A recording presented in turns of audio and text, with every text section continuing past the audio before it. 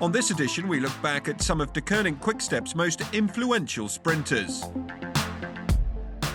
Of course, we have many good sprinters through the years, starting, of course, with Bonen, but then there were so many others. We remember one of Britain's most high-profile cyclists. We should look at the good qualities that he had. He clearly had qualities that made him great. He was a great cyclist, but he was flawed. But first, we chat with the USA's Justin Williams.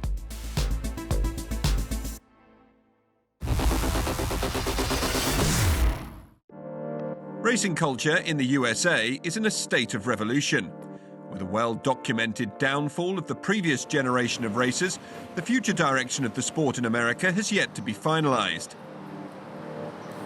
The answer might just lie in the heart of its diverse cities, and with the approach of a racer from a background unlike most in American cycling, Justin Williams.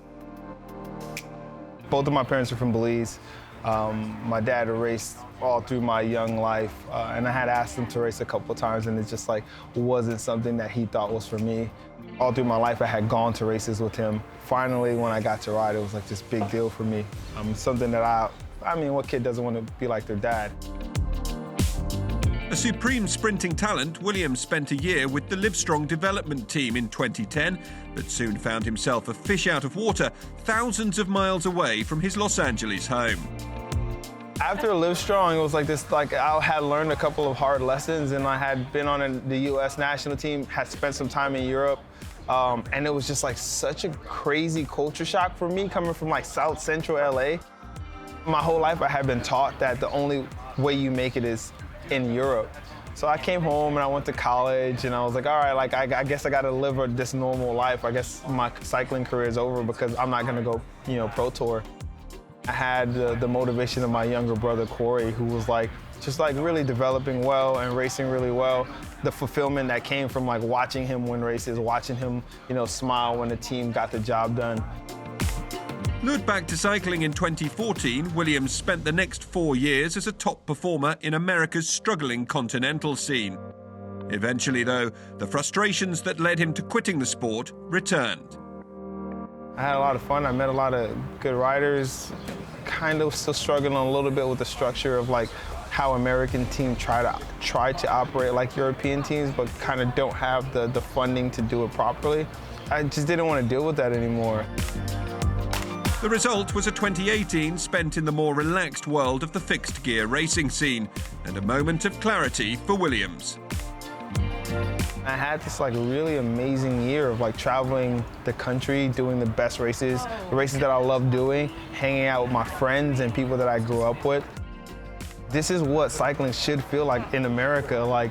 How can I create this environment where I can help younger guys coming up that maybe have been done wrong by the sport? The product of the 31-year-old's epiphany was the Legion of Los Angeles team. Set up to offer an alternative path, the team is also grounded in Williams' career-long experience of racism within the peloton. It's weird, man. Cycling is this place where a lot of things go unchecked. And guys don't even know when they're doing things wrong. I just accepted that. I've been on teams where guys will say things or do things that were really insensitive, and they just didn't know any better. I felt like I had to do a lot of toning down of who I am as a person to fit in. And I felt like there was such a lack of diversity when I was coming up that I didn't feel like I could be myself. When you go out to a bike race, or if you see a bike race on TV and no one looks like you, it's not something that I think you'll believe that you can do. And that's something that we also want to focus on. Us being this team that's promoting diversity is great, but us getting on the podium and standing on the top step from time to time is even better. Topping the podium hasn't been much of a problem for Legion and for two-time national criterion champion Williams, as inCycle found out at 2019's Harlem Skyscraper Classic. Races like these, set in the streets of diverse and vibrant neighbourhoods, point to a better future of American cycling and the greater diversity long envisioned by the 31-year-old. Crit racing is the heart of American racing. for us in our culture, it's just the 100-mile, 150-mile races, it just doesn't work here. The key to criterium racing is getting people to ride your race. So like I'm a sprinter, so my big thing is using big accelerations to keep the group together, where everyone behind me has to chase me and everybody in front of me can't ride faster than me for 10 seconds. You get these amazing crowds that are just out screaming because they've never seen 100 cyclists rolling around corners, like bumping each other and touching each other. And I think there's something that fits the intensity that is America really well.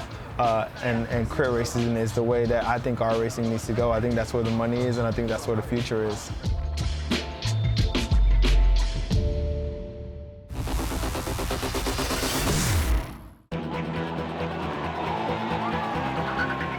When it comes to sprinting, Deceuninck-Quick-Step have enjoyed just as much success over the years as they have in the classics. Some of the sport's fastest finishers have donned the Belgian team's jersey over the past decade, and Ilio Keizer has worked with them all.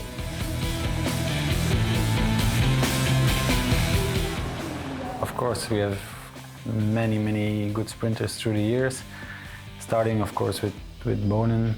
But then there were so many others. We had, of course, Cavendish. I did Tour of Italy with him, where he won 5 stages, and points jersey was fantastic memories. Then, of course, there was Kittel came in the team, Gaviria. After that, we have Bennett now. We have Jacobsen. We've always been a team with a lot of sprinters and hunting for a lot of victories, and always been very successful with them. Bono was the man of the power. He didn't start it, especially as a sprinter, but he was a great. Mark was the total different sprinter. Mark was the sprinter who came like a cat on the last meters and jumping over everybody. Cavendish comes by him right now. It's Cavendish versus Scott. Viviani also involved. What a finish! And Cavendish is the leader of the Giro. You didn't have to be too worried if it got wrong. The lead out goes 60-65% of the time good, and the other 45% there is always something that can happen. But with a guy like Kev or even Viviani, there was no big problem. If it got wrong, then they find their own way.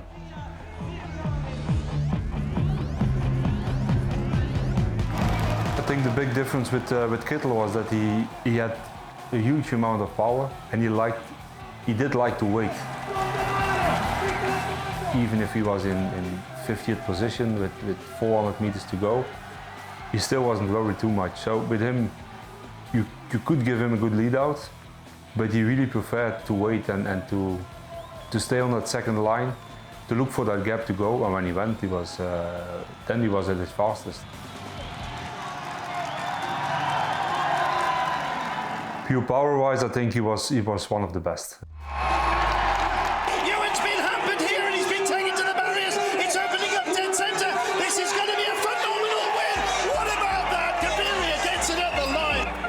Gaviria is an exceptional rider. Right? It's indeed not obvious to have a Colombian as a sprinter, but now we also have Alvaro Odeg, who is a Colombian, and he is getting there to be one of the best sprinters. So, but Gaviria he's once he's in really top shape, he's more than just a sprinter, but of course he's in that top 5, top 6 of top sprinters, of the best sprinters of the World Tour. Inevitably, though, there comes a time when every star must move on. Well, you do a lot of races a year, right? So you can divide the sprinters over different races. Yeah, but there is always a point, and then you usually talk about the Tour de France. At a certain point, you have 2 sprinters that are ready to go to the Tour de France, and then you have to make a decision. Of course, it's all related to budgets. If I have to leave riders away after me, like Gaviria or Philippe Gilbert, no, it's all due to budgets. We are not in the top 5, 6 of the biggest budgets in a bunch. It's difficult to fight, but it's for me always a challenge to, even when we change riders, to perform like we did before. However, the team's new #1 man needs no introduction. Oh, this is so close. Viviani's pinning. Fitzbennett takes the win. Oh, spectacular finale there. Sam Bennett, a hat-trick victory. Yes, it's a nice story because Sam was born 15 kilometers from my house. His father was a football player in Belgium. He stayed 2 kilometers from my house. I didn't know it. And I know I'm a bookkeeper, but on the other hand, I'm somebody who believes very much in my instinct. And something said inside of me, take Bennett. And I hope he can perform as I wish he should perform.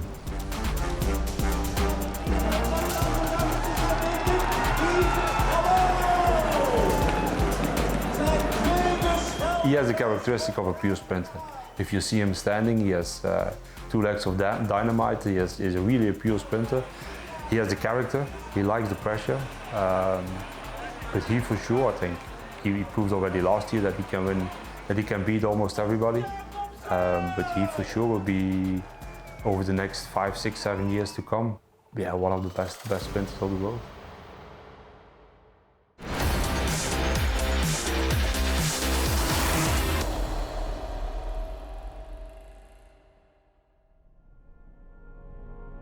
There was no air on the Mont Ventoux, there was no wind. It was really horrible, eerie like. It's a very scary place, and it is very intimidating because it's completely nude. It's only rocks at the top. It's just this. Everyone talks about it being a moonscape, and it kind of alien. It's very other.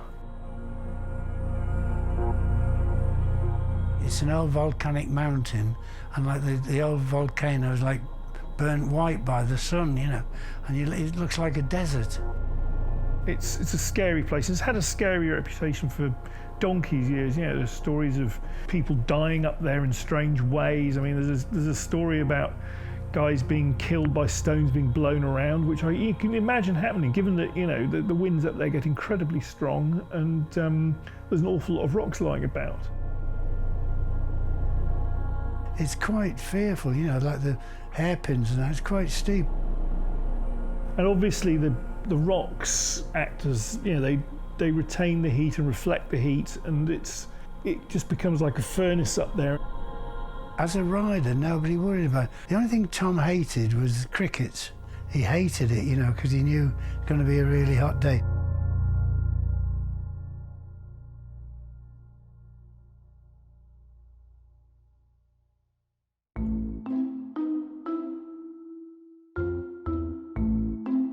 They called him the 4-stone copy because he had a great big beak of a nose like Fausto. He looked very unhealthy, again like Fausto, and he was very little, again like Fausto. I think they called him like the little copy, the petit copy, like the little copy. And he did, he had a little sharp nose, and he was fairly slim, and he bent over the bike like, as he was copy, like copy on the bike, Fausto copy. And I got that impression he had built-in speed. He obviously had superlative ability to hang on, in spite of the fact he would be suffering like a dog. Today, the sport of cycling is very short of personalities. Well, back in the 50s and the 60s, if you wanted to make money, you would want to win races, but your market value depended very directly on your image and your what they called notoriety. You know, so how well known you were, how much you could please the fans, because you were being paid directly by the contract. He had a great sense of humour, you know, he was brilliant. I mean, one year when we were in Paris, Cirque d'Hiver, and they wanted him as a clown, because Coco the clown trained him, you know, and he did one winter for several weeks, months. He was acting as a clown. If you turned up and you put on a funny hat and pretended to be an English gentleman with an umbrella or whatever, you'd make, the agent would remember this and think, oh, that's Simpson, we'll give him 150 quid, not 100 quid or whatever. He loved laughing and amusing himself and kind of having a grin at people with a tongue in cheek, as you might say. One of his party pieces on the Ghent velodrome was riding up the vertical advertising boards at the top of the track. If that kind of madness would draw the crowds in, and that in turn would give you a bigger a bigger contract fee and you'd make a better living.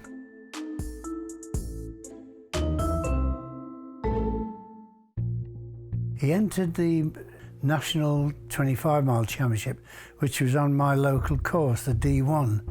And I was chatting to Tom at the start, and I looked at all the other riders that were going off, and everybody was on fixed, and he was on gears, and I was on gears. And I said, Tom, I reckon you and I are the only two in this event riding gears. He said, my intention is to ride road races. You know, I intend to ride the Tour de France one day, you know. Oh, I said, that's an ambition of mine, you know. Part of the thing about cycling in those days, I think, was that it was very much a distant, exotic, hidden world. Fragments of knowledge about it were very hard to come by. It was all very exotic, you know, and very distant. And that, I think, is what appealed to him. As a teenager, he was very, very clear-headed and very lucid about what he wanted to achieve and how he wanted to go about achieving it. So Simpson wanted to go abroad from an early age. He didn't place a great deal of value on racing in Britain. He knew he'd be in the limelight and he'd obviously be Sports Writer's Personality of the Year if he won classics. He'd got to win the Worlds and the classics. He knew, as well as to be a showman, the other thing that would bring in big, big contracts was big, big wins. Pretty much every year from 1960 onwards, he's winning something big. Like Milan-San Remo, Tour de Flanders, didn't he? Paris-Nice. The point about those victories is that they give you that market value, because, you know, on the billboard, you are Tom Simpson, winner of all those races. More to the point, if you get a big win every year, that's fresh in the minds of the crowd and your agent, because otherwise his agent would knock his price down. What's clear is that he was under pressure in the 67 Tour. His agent had turned up. You know, this guy, Daniel Doucet, who handled all the riders' contract, had turned up and basically told him, you've got to do something here, you know, or your market value will go down. We finished the stage at Marseille. I had to lift Tom off the bike. He said, I just don't feel well. So he had his shower, and then he came down to eat, and he said, don't fancy eating. I said, well, eat something like soup or something like that, you know. But we knew he wasn't well, you know, and he looked a bit thin. He had the soup, or half the soup, and went straight to the loo, and he was sick as a dog. Next morning, he woke up and he was bright as a button. He looked better in himself. He ate a full big meal because he was obviously hungry, you know. We'd not eaten the night before. On the bike, he was very quiet. He kept saying he's going to attack on the Vonto. We all knew that, you know. So I'd been back to the team car and got an extra bottle of water, and then came right up near the front with Tom.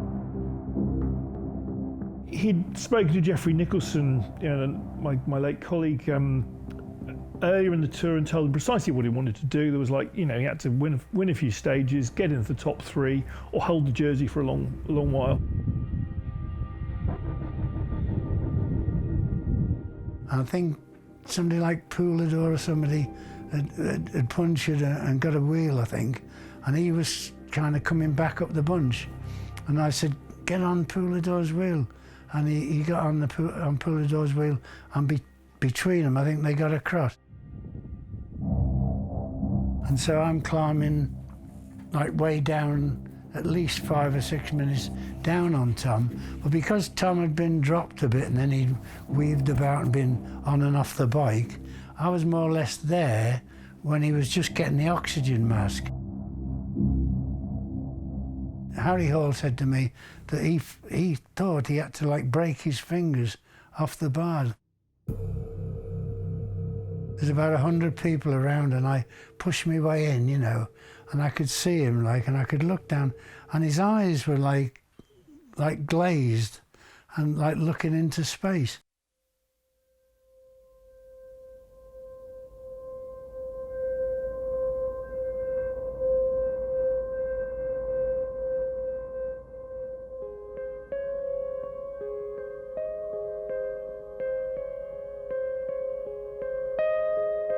Well, it's clear he had taken amphetamines. It's very clear because Jean Bobet, a journalist working on the race, told me how, you know, at the morning, you know, in the morning at the start, you know, Tom stuck out his tongue and showed him the pills on his tongue, you know. Amphetamines were found in his bloodstream and in the pockets of his jersey. And he'd obviously taken alcohol during the stage, because that's been documented by Colin Lewis, that you know, as they approached the Ventoux, Tom asked for something.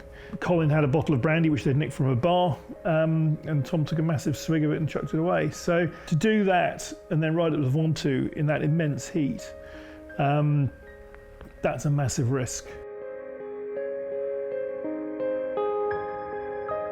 We'd had our shower, we'd had our massage, and halfway down the stairs, like Harry Hall came up the stairs, and there was dreaded silence. There was no laughter. Everyone was dead quiet in this restaurant. And Harry came and he said, Tom's died. And I said, no, Harry, no, he's gone in the helicopter.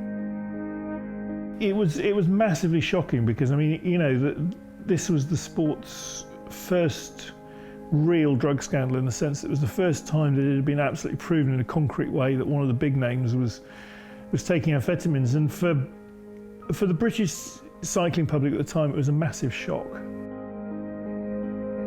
Of course, you know, it hit me like I thought.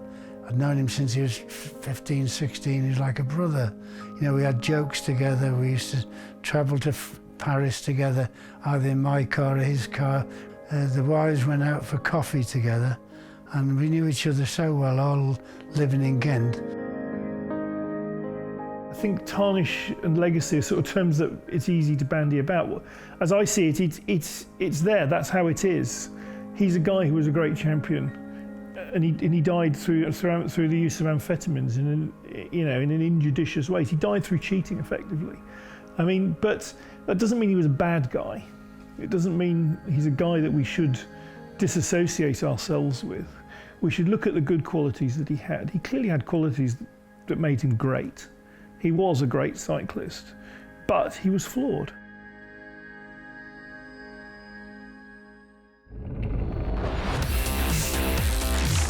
That's all for this week. Until next time, keep up to date with us on social media.